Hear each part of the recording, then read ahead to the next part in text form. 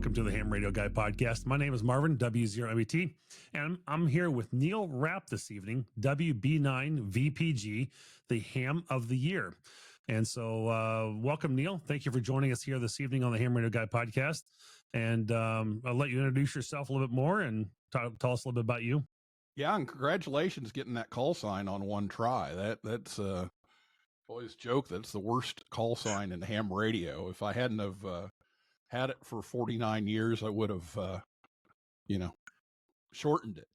Yeah, I had AB0RKA, which is not much better, and I had to go to more of a vanity call, and that's all about my initials now, so it works out well. But yeah, and it's not even good on CW either. So I mean, it's no, that's a long call to get out for sure. Yeah, you definitely don't want to contest with that one. I actually did think about N4 UK. It came open, and I was like, yeah, I can't let go of it. It's too much of part of who I am. So yeah, it definitely becomes a part of who you are for sure, and that makes a lot of difference. So, but so tell us a little bit about yourself and what you currently do. All right. Yeah. So right now I'm a chemistry professor at Xavier University in Cincinnati, Ohio. I live on the Kentucky side, so I commute about a half hour each day, and so I'm teaching chemistry there. And 28 years prior to that, I taught high school chemistry over in Indiana, where I spent the first 50 years of my life, and been doing ham radio since 1976 at age 5. So this is 49 years now. Wow. Well, we'll talk about how you get ham radio and chemistry mixed together in a minute here. But one of those things that, you're saying you were just 5 years old when you got into your ham radio license. And back then they would have had the novice, I believe, in general, advanced, and extra classes. And of course, the code requirement was there. And so you would have had to do 5 words per minute. So you did 5 words per minute at 5 years old. I did. Yeah. They actually did have technician. So there were 5 classes. Okay, there was 5 classes. Okay. Yeah. So I got my novice. So the story goes, my dad started ham radio in high school with a vocational electronics program that he was in, and he became an electronics technician and did the whole electronics thing, but never took his exam, never did go sit for it. You had to go to the Chicago field office to take the exam and all that. And so he just never did follow through with it. So he saw an ad for a local non-credit course at the community college there in town. And he was working at the hospital, and one of the doctors gave him a box of junk, basically. And one of the things that was in the box of junk was a code oscillator. So he pulled it out and started working on it to see if it actually worked, and it did, and got it, up and running. And of course it made beeping noises. So I had to know what that was. Immediately got to get interest, right? Yes. So I was like, what's that, Dad? Hey, this is pretty cool. I can make a bunch of annoying noises with this. So anyway, he kind of got interested in doing this again and saw the non-credit course. So he signed up, but there was an age limit on the course. You had to be at least 13 years old. And so he went and saw there was a 12-year-old there. There was a 12-year-old YL there, and they kind of bent the rules and let her in. And so he asked, "Hey, can I bring my son with me? He'll sit here and be quiet. He won't cause any disruptions or anything. And they're like, well, we really don't want any disruptions because we're copying Morse code. We don't want any noise, so we're not real sure about that, but we'll give it a try. So go ahead and bring him. We'll see how it goes." So he's sitting there and copying code with his notebook, and so I did everything Dad did. So I had my little notebook. And all of a sudden, people noticed that I was writing down the letters as everybody else was. And so people just kind of started looking around like, is this kid actually copying code? And special or something? so yeah, I mean, I did have I think it was a 5th or 6th grade reading level at that point. Wow. In kindergarten. So they did have me tested, and it came back fairly high, but not super genius level or anything. But I already knew my alphabet. I knew my letters. I already knew all that from watching Sesame Street. So, so I started copying code, and so they just let me keep going. And use yeah. So the first time they offered the exam, the rules back then were that you had to have 1 minute of solid copy. So they didn't ask you like multiple choice questions or whatever. You just had to have, they gave you 5 minutes of text to copy, and you had to have one of those 5 minutes perfect. Wow. You could go back and fill in. So the first time I took it, I got 23, and I needed 25 characters to pass. So the next week I took it and got 104. Jeez, that's incredible. That's amazing.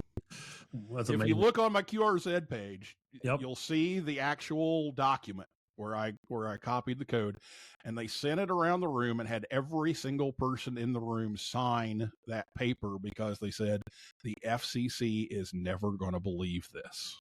Right. Yeah, I see that on your page. That is an amazing sheet of paper. That's an amazing document. I wish I had something like that. Like I said, it was one of those things where, we were discussing just prior here that, the documentation only goes back to 1997 for, the FCC database. And I was trying to find an early copy of my license from back in 1995 when I got licensed. And, the earliest I can find now is something that says it expired in 2005, like March 10th or something. And so that it kind of sucks. So I wish I'd had that early documentation. I was able to keep that myself, or wish my family had done something with it, and they didn't. So it is what it is nowadays. But yeah, I'm doing 30 years myself this year, and it's kind of crazy that I've been doing amateur radio that long. But I mean, what you're learning code. I'm trying to learn code this year at 47 I think I'm 47. So, and I'm struggling like you wouldn't believe. So, I'm how fast can you do code nowadays? Well, I'm way out of practice. A little rusty. Yeah, a little rusty, and that was my nickname growing up too, was Rusty. So that's kind of weird. But anyway, so I did get my technician at 6, and then I got my general at 7, and I had to do 13 words a minute for that. And then I did the advanced test when I was 9, and then I did not want to do 20 words a minute code. I just flat out refused. I did not want to do it. I stopped at advanced. I did not even try. And then when I turned 18, the volunteer exam program came up, and so that was a chance for me to help people get into ham radio and serve as an examiner. So I decided I'm going to take the 20 words a minute. So I had to take it several times, but I finally got 20. Really? And the next year they did away with all the code testing. So, yeah. So now probably 11 or 12, probably reliably. Okay. Most of my CW contacts, if I do any CW right now, are de-expeditions. And so all I got to do is get that call sign, and that's it. So I can do that at 25 or 30. Right. But I'm not really I mean, I'm just not doing a major conversation. Not doing a conversation. I'm getting 5 in, and that's it. So I can do that. I can send a pretty good clip, but yeah, receive. I'm way out of practice for sure. Yeah, no doubt. So you've been in ham radio, obviously, for many, many years, but your career has really been about teaching chemistry to, high school and college level students. So you've been doing that. How does that chemistry I mean, you've taught a lot of students about amateur radio too over those years. How did you really learn to blend them together? Well, And, part of it was when I took chemistry. I found that the ham radio was paying off because I knew my metric system. I knew what a megahertz was. I knew what a kilohertz was. I knew my metric system, and that helped.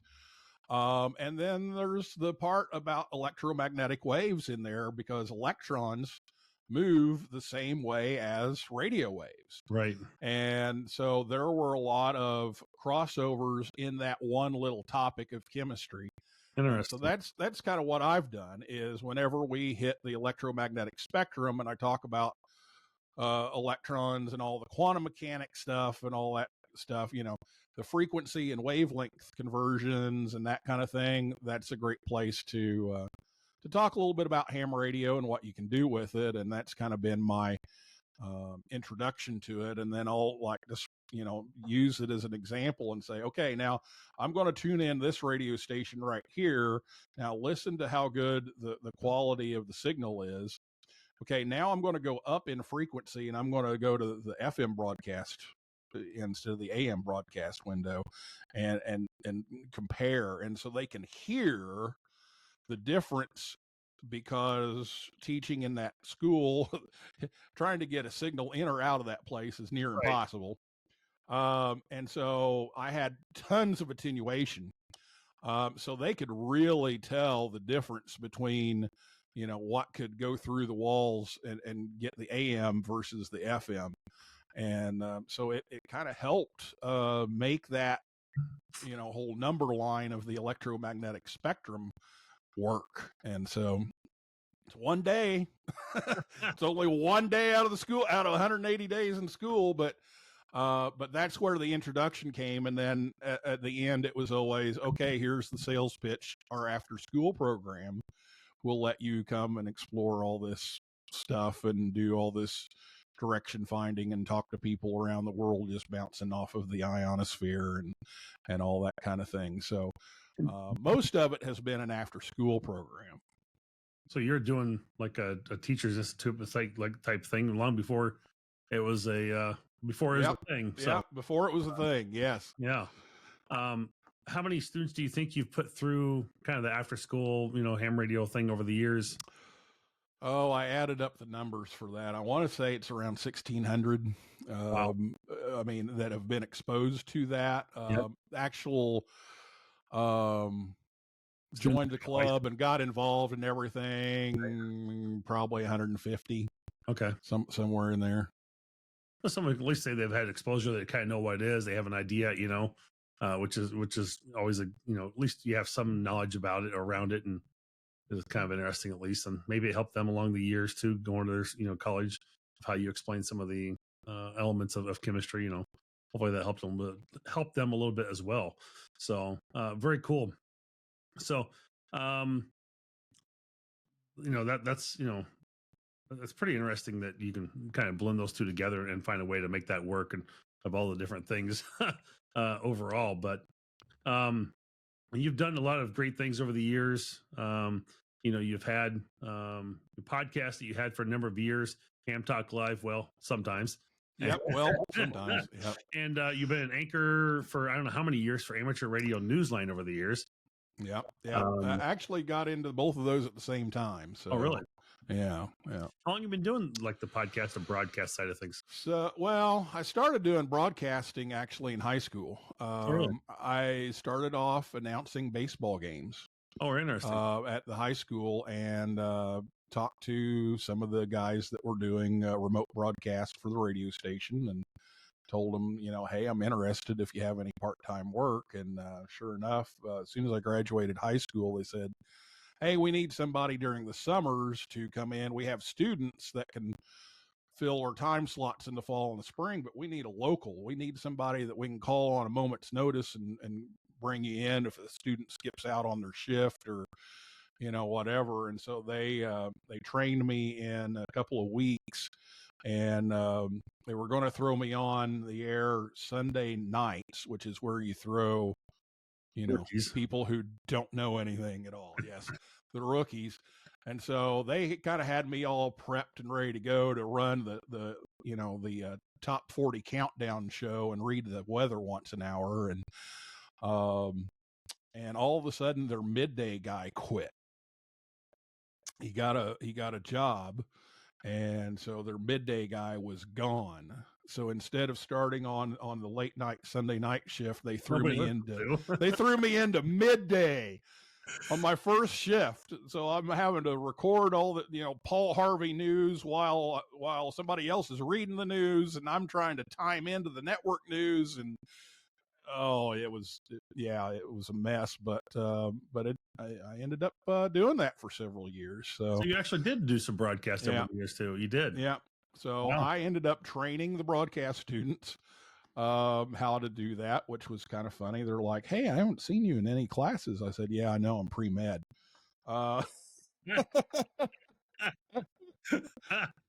But I'd come in and fill those shifts, and I even got mornings on occasion.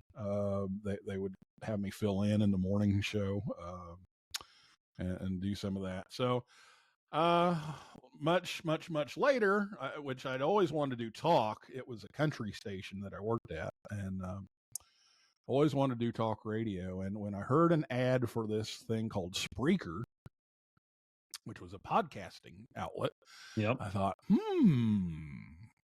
maybe it's time to look at that. And so that's where Ham Talk Live was born. And about that time, I had met Don Wilbanks and great guy too. Talked to him, and Karen had just taken over. I'd known Bill Pasternak for years, but didn't do anything with Newsline. And then they were trying to reboot everything after Bill died, and so I said, "Hey, I'll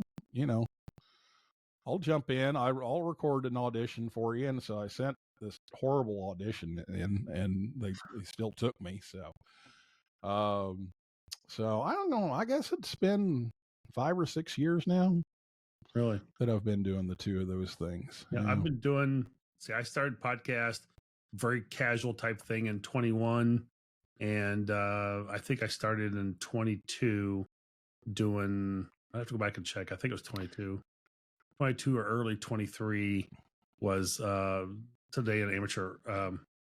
This week in amateur radio. This week in amateur radio. So I do that occasionally for them. I haven't done it quite as much lately. I haven't talked to George lately either, though. So I used to do it every other week, and my schedules get goofed up. I'm traveling and doing something, and I say I can't do it this week, and then I think he forgets. Oh, holy cow! It's 8 years. It was 2016. Oh, wow, 9 years ago. Wow. Time flies. Wow, you've been doing. But yeah, I started off as a correspondent, and then moved into the anchor chair pretty quickly. And I've been. That's where I initially started going to college for, was radio broadcast, and it was like, well, there's no money in that, so I'm going to find do something different. So yeah, that's the truth. There's no money in that. There's no money in broadcast. So I went to become a policeman for 18 years instead. So what I always said was it was better than flipping burgers. Yeah, I got about the same pay, but at least I was in a nice little closet with a whole bunch of CDs. Absolutely. So we kind of bring this to present day, which you are the founder and director of Youth on the Air, an awesome program. Let's put what is it? Were we 3 years old with that program now? So actually, we're on year 6. Okay. Yeah. Okay. Which COVID got into a couple of years of that. So we're coming up on our 5th camp. Gotcha. This summer. Yeah. Wow.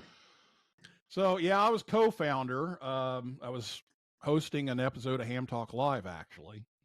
And had Sterling Mann, N0SSC, on the show to talk about his trip to Austria to the youngsters on the air. And they've been trying to get it off the ground, and for various reasons, there were some roadblocks that kind of got in the way, and so they were really struggling to come up with a way, and the Europeans were really pushing, hey, you guys need to do this. You need to get this going. And so I said, you know what, this sounds like this is right up my alley, because I've got the education background, I've got the coaching background, I've got the summer camp background, ham radio background. Radio background. I think I need to be the one to take this on. And so we talked about it, and a couple of months later, we kind of got some people together at Dayton and talked about it, and I took off and ran with it. So there were 4 of us, Sterling, and then Sam Rose, who also went to Austria with him to look at things. And then so did this start overseas or in Australia? In Austria. It was the camp, but yeah, I'm not sure exactly which country it was, but it was in Europe. I can't remember if it was Germany or exactly where it was, but it started in 2011. Wow. It was just a group of young hams that got together and just went out and camped out and shared stories. And it started a little bit into an intercultural program. It was just one aspect of this intercultural program, and it kind of grew out of that. And then it became its own entity. And then IARU Region 1 came in and said, hey, we'll make this our official youth program. So over in Europe, the IARU sponsors it. It's not that way here, but they do that over there. And so they kind of took it over, and it's been going great guns ever since. So, but we got together. I thought the Voice of America Museum was a perfect place to do this. Yep. So I got with my friend Jocelyn Broke, 88VRX, and so the 4 of us co-founded Youth on the Air Americas, and we had to do a virtual camp the first year because of COVID, but then once we got COVID behind us, we started hosting the camps, and now we're bigger than we've ever been. Going to Denver this summer, and then breaking news. Do you have breaking news music? Sure, we do. We can throw some breaking music in. Okay, breaking news. We're going to host the first ever YOTA Junior Camp this summer. Wow. I don't know if it's on the website yet or not, but it will be in a day or two. So it's going to be at the Voice of America Museum as well. It's going to be July 25th through 27th. And we're going to take 15 young people under the age of 15. Wow. They do need to be licensed. We are going to require that a parent come along. The parent does not have to be licensed, but the child does, because we've got a lot of young hams out there, like I was. Right. And, they're hearing, well, I can't go to YOTA Camp. I'm not 15. I'm not old enough. Well, it's not because you can't do the ham radio. It's the social aspect of it. Right. So, I hate this, that, these kids are kind of getting the message of, well, I'm not old enough to do ham radio. Oh, yes, you are. We just need a different social group. So that's going to debut July 25th through 27th. And that'll be just south of Dayton, there at the Voice of America Museum. Voice of America Museum. So that's awesome. So we're looking forward to that. ARDC is funding the whole thing. So are kids from all over the country going to come in for that? Yes. So that's going to be a sub-regional camp. That's going to be our first sub-regional camp in the U.S. So it will be for U.S. No, it's not to say we won't take some from Canada or elsewhere, if we get some. But it is designed to be a U.S. camp. We're trying to localize things a little bit. The region-wide camp covers all North, Central, and South America. So we've been hopping over to Canada some. We're back in the U.S. this year and the next 2. But we're working on getting a Latin American camp going. Canada's working on getting a camp going. So real quick on this junior camp, Is this something that Mhm. they have to be able to fund, or is this something that they can get a scholarship to, something they can pay for Yeah. themselves to attend? So what we do with all of our camps is we charge $100. Yep. Just it's kind of like Teachers Institute, actually. Hey, It's kind of lock yourself in a little bit, you know. yeah. So we lock them in. You have a So commitment. there's a commitment there, and so this one's going to be $100 per person. So it's $100 for the child and $100 for each adult. But ARDC has funded everything else. So Wow. all you have to do is pay the $100 fee and get to Cincinnati and back.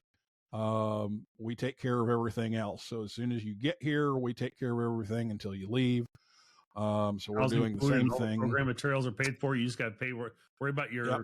fee and transportation, basically. So Yep, that's it. We that's take impressive. care of the hotel, the meals, kits, all the supplies, all that kind of thing with grants from our sponsors. And like I said, ARDC is the sponsor of YOTA Junior. It's a 3-day weekend camp instead of a week-long camp, so we That's going to be didn't need absolutely as much, amazing. but it's going to be a great time. So Absolutely. we're going to be taking applications in the next week or so. We'll get that finalized on the website, but Well, send me information on that, or I'll look for it, and we'll Yep. definitely get share that information out more so than just right here on the podcast. So I'll be glad to help get people involved with that, and hopefully you have a good response and turnout for that this year. Being the first year, you can never kind of know how things are going to go. You may have an overflood of people. Yep. And you may just get 10. Yep. So it all kind of depends how things can work out. Once people start learning about it, I'm sure that will be very great program to be a part of. So. Speaking of how many students can attend each year on your regular camp, what are you still taking applications for that, and how many people can attend? We're still taking applications through May 1st. We put a limit of 50 Okay. on, and we try not to take too many returning campers. The returning campers are expected to help because it's a peer-led program. Yep. And so we need youth leaders to lead all the sessions. We don't bring in experts. We bring in young people who know a lot about these things and have them share with each other. So we bring in a limited number of returning campers, but we're trying to move, every young person through that program that we can. So right now we're projecting that we'll have 41 this year. Just based on last year's numbers and the number of applications that we have right now, which will be by far the biggest. We've been kind of hovering around 25 to 30. Which is a nice number too. So yeah, and it's a good number, but the ones over in Europe are up around 100. Wow. And so we would like to get to that point. So we're working on it, but we've capped it at 50. But yeah, there's a little less than a month left to apply. Okay. Well, I'll definitely make some of that my information in some of my podcasts from now and then, and hopefully get people there. A lot of times, I know sometimes it can be questionable about funding and how you're going to take care of this year's budget and where that kind of comes from. And from my understanding is that there's a couple different ways we can do this. One is you have ARDC's done some great funding for YOTA in the past, but it's also you've got some regular donations I think that come in, and sometimes a club may just sponsor a student as well to send them to camp. What is the best way that someone, if they're interested in coming this year, or if they want to be able to help fund YOTA and all the great things that it's doing, what's the best way to have them take care of some of that? Well, no matter which one that is, go to youthontheair.org. Youthontheair.org will have all the camp information. So if you hit the camp tab, the link to the application will be there. All the details about housing and transportation and what it costs and what we'll do and all that kind of stuff is there. And then on the far right, there's a donate button.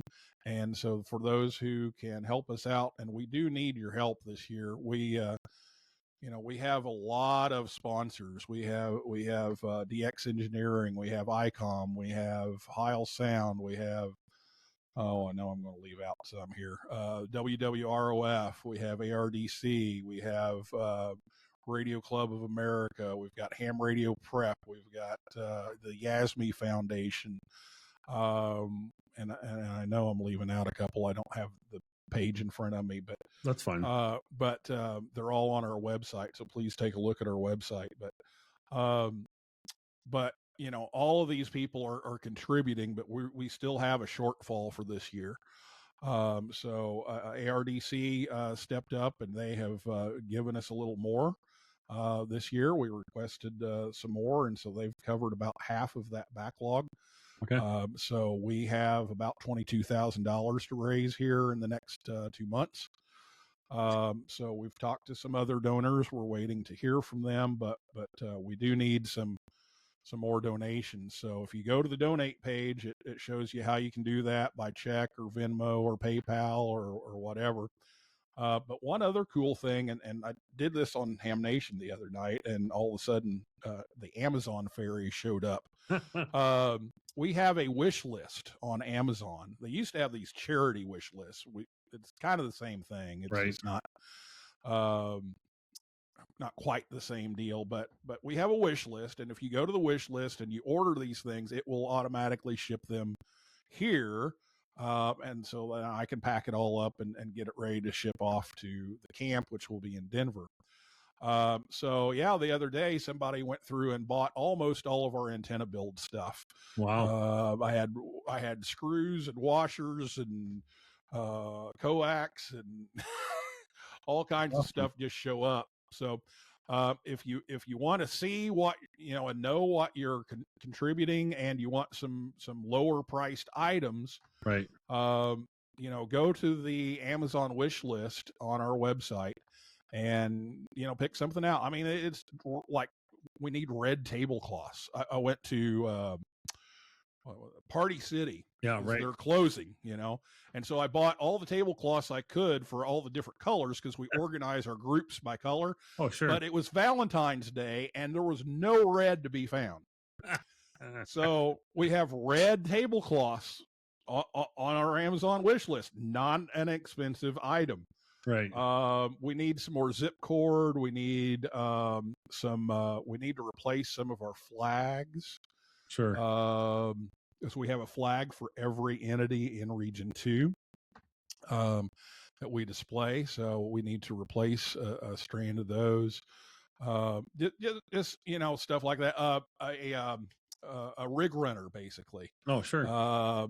We need to charge the IC 705s that ICOM brings for us to use. We need to charge all of those, and we haven't had a good charging distribution set up. So this year I want to get a rig runner. We just got all the cables for all of that donated. Right. But I need the distribution block.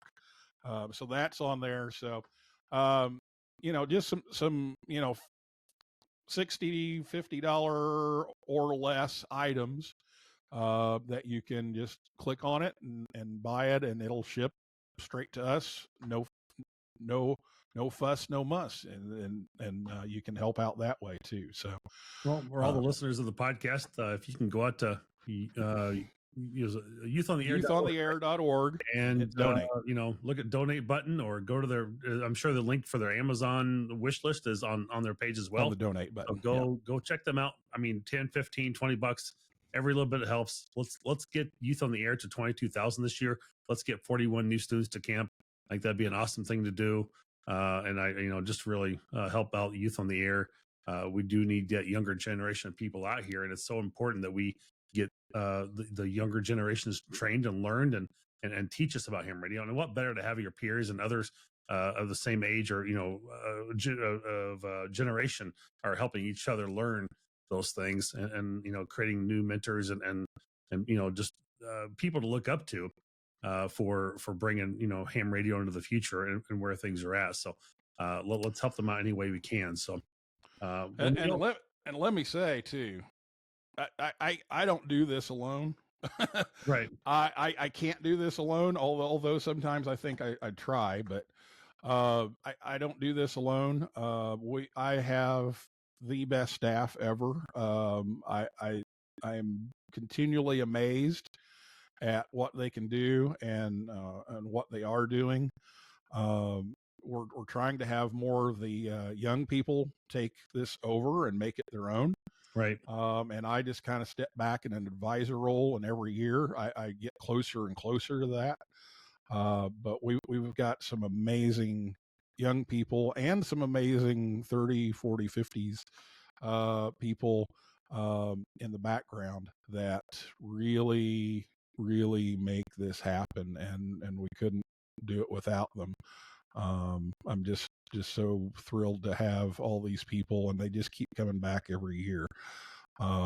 So I just can't imagine that. And then there are those people that we need to thank that bail us out when we have supply issues. Yes, So those little people they're important too. So if you don't know the story, we'll go real quick. Yeah, if you don't know the story, we had some issues. We shipped this year most of the gear, as opposed to me driving it across myself, and we had some customs problems up until the last second. I'm blushing a little bit, and Neil's So we're sitting there in the facility going, we need our 2 Gaylord boxes full of stuff.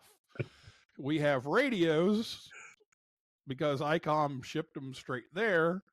And, we have a few other things that got shipped straight there, but everything else is sitting in a warehouse outside of Springfield, Massachusetts. And so I make a couple of phone calls, and so Marvin here gets yes, Marvin here gets a phone call and says, Neil needs help. And so Marvin calls me on the phone and says, what do you need? And so I told him, I said, all of our stuff is sitting in a warehouse, and they're going to close the warehouse at 5 o'clock. And if we don't get it out of there, we're not going to have camp supplies until halfway through camp. And so Marvin says, well, I'm in my pickup. I'm 15 minutes away from that facility. I will go straight there. And so he does, and I get it all set up for them to turn the stuff over to him. And he calls me with like 1 minute to spare and says, everything's in the truck. Yep. It worked out well. So the next morning he gets up, and his wife, and started driving toward Maine, and my wife and Colleen Campbell, one of our staffers, got up and started driving toward Maine, and met in a abandoned mall parking lot in Bangor, Maine. And ripped open the boxes and shoved everything they could into my SUV and got it all delivered. So yes, 2 4x4 pallets, 4 foot tall, and put them in the back of an SUV. I don't know how we did that, but we did. So, the other day I found a pack of Duracell batteries that had somehow gotten down into the crack because they were trying to cram everything everywhere they could, and so they were cramming these batteries down in there. And I found a pack of them the other day. Oh, that was a crazy story. That's fun though. I'm so glad I can help out. That was amazing, and just this is an amazing program, and I really I think it's great that you're able to do that. And it's one of those things I want to bring back 2 points here real quick. Is one is for all the sponsors of Youth on the Air, go out and check on their page and see who those people are, such as DX Engineering, Ham Radio Prep. And when you are in their store or you write to them or something, just say, hey, thanks for supporting Youth on the Air. That means a lot back to those businesses. It really means that they recognize and they're getting support, that you see that. And that means a lot to those people, those business owners that are taking care of it and spending their money to be able to donate towards a great cause like this. So just say thanks back to them. That really goes a long ways. And 2, there's a reason that Neil Rapp is the ham of the year, from being the youngest ham, teaching students for many, many years, a lot of students about, chemistry and ham radio, and really bringing youth on the air to the Americas and supporting that program and making it everything it is today. So, a big applause to Neil Rapp here for all that he does. And I want to say, I truly, um, admire you, and I look up to you for what you've done in the broadcast and your podcast and things like that. That's kind of some of my original inspiration. And I just want to say a big thank you for everything that you do. And congratulations on a job well done for Ham of the Year. I couldn't think of a more deserving person that really deserves that, Neil. And that truly is you.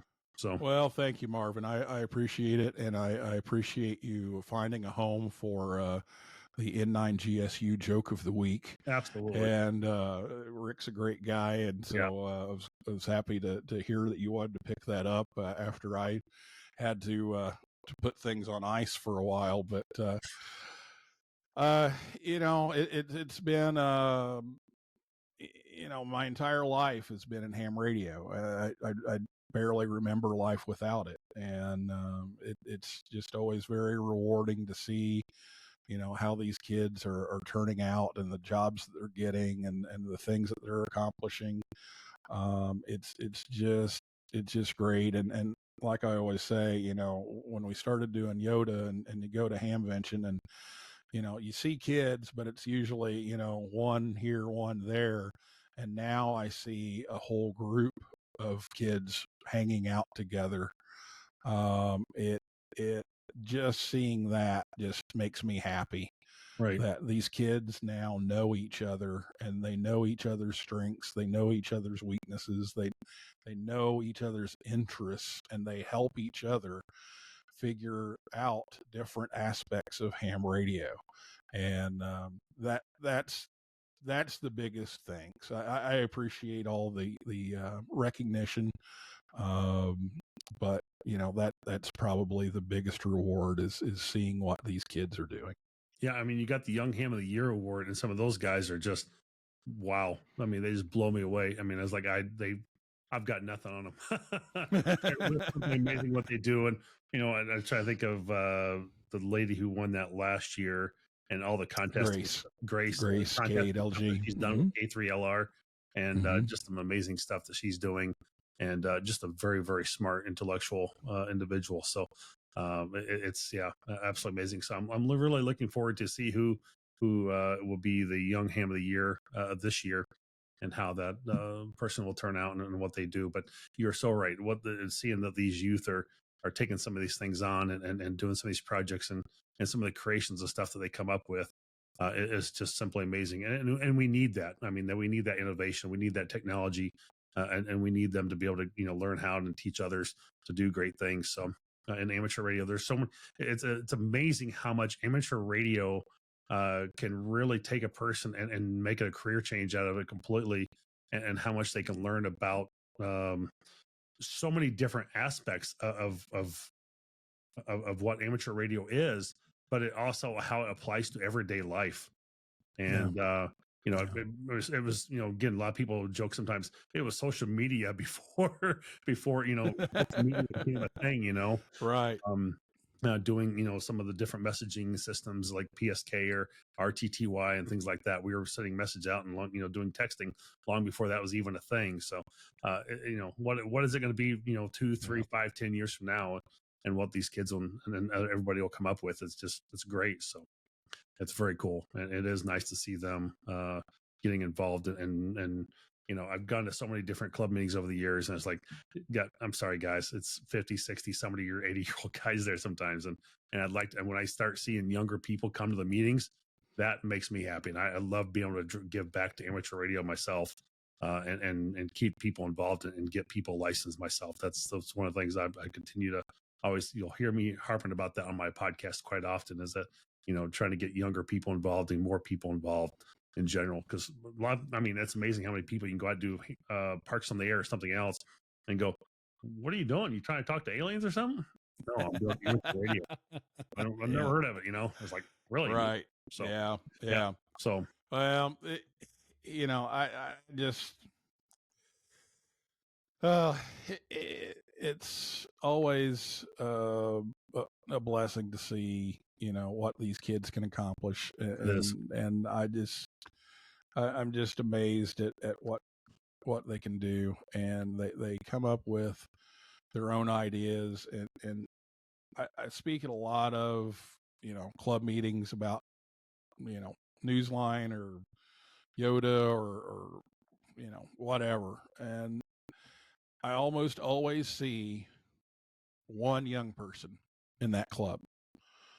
And, what the kids have said is that they feel isolated. And I grew up knowing that. I mean, when I would send age 5 on CW, a lot of times people didn't come back. Really? You felt isolated. And these kids are saying the same thing, well, I'm in my club, but I'm the only one. Yeah. And so by bringing these kids together for a week and doing some of this team building, and some of it's not even ham radio. Some of it's, hey, well, let's spend the day at amusement park. Hey, this year, hey, we're going to go on a trip and take a tour of WWV, and hopefully Bucky's. Right. And It's worth it, right? But one day out of the week we do that, and some of the evenings we do that, and we try to build in a lot of social time because we want these kids to form not just a community, but a deeper community. And YOTA is what does that. That's awesome. So yeah, you want them to stay in touch long after camp and learn how to, touch base with each other and, text or email and say, hey, let's do something together, down the road somehow. So yeah, and they do, and they do. It's great to see. That'd be cool to hear some of those stories down the road too. If we can always hear about those or get those, get the information saying, hey, kid attended 2023 camp and look what he's doing now. Those are kind of the cool stories. One of the things that really hit this year, the Halifax club came up with this idea. They came up with a bingo card, and so they put every camper's call sign on a bingo card, and they gave it to all the campers. And within the next year, their goal is to score a bingo by talking to each other. And you should have saw the instant message traffic on Discord and Telegram. Hey, I'm on, and it's like, oh yeah, what frequency are you on? I'll be there in a minute, and so they're all in this competition to see who can get a bingo card filled out the first time before everybody else. And it's stuff like that. It keeps them talking. When they go to do POTA activations, they spot it on the YOTA channel. And so they'll go out and try to talk to each other that way. There's a lot more stories there. I won't get into that, but that's one. That's awesome. That's really cool. Well, we'll kind of bring this to a close here, but again, just thank you, Neil, for coming on to the show here this evening, and thanks for everything that you do for our youth and getting them involved and helping them, make such great stories and do great things. And, that's just one of the many reasons that you're the ham of the year. And I want to say congratulations again from myself, Marvin W0MT, and the Ham Radio Guy podcast. So, look forward to having you get that award in Dayton. Hopefully I'm there to be able to see that. And I'm not sure what my schedule at Dayton is going to be yet around my employer there working full time, but Dayton's always a busy time. It is a very busy time. A lot going on, banquets, dinners, etc. I think I've got 2 nights of banquets I've got to be at myself, so that'll be very busy. And whether I get to, one of the other ones, I'm not sure. I doubt it at this point, but we'll see where it goes. So still trying to get flights and all that stuff booked along this time. So hopefully that'll get wrapped up this week on it and whatnot. But that will be here. Well, we're just a little under a month here from Dayton. That time's going to be upon us really quick. So it is. Hopefully we will start packing. Yeah, no doubt. I've got to get 2 weeks in Wisconsin before that, and I'll be back, and then I'll be here for 2 weeks back in Mass, and then back to Dayton, and then I'll be taking off the following weekend again, and I'll be gone for about a month and a half. So I'll travel. So a lot going on this year, and a lot happening. So. But anyway, well, thank you for joining us, and congratulations again. And we'll hope to see you at Dayton. I'm sure I will. And we'll I'm sure we'll keep in touch down the road. And if you need anything from me, if there's anything I can do to help with Youth on the Air or anything else down the road, always glad to do it, and I'm glad to be there for you. So Well, we sure appreciate it, and no customs issues this year, I promise. Yeah, no customs issue. Get your borders. But thank you so much for having me on. I appreciate all the kind words, and I just am very blessed to receive the award, and Absolutely. I'm very grateful. Thank you. Well, cool. Well, thank you very much. Have a great evening. Thanks for joining us here this evening on the Ham Radio God podcast. And as always, we say 73.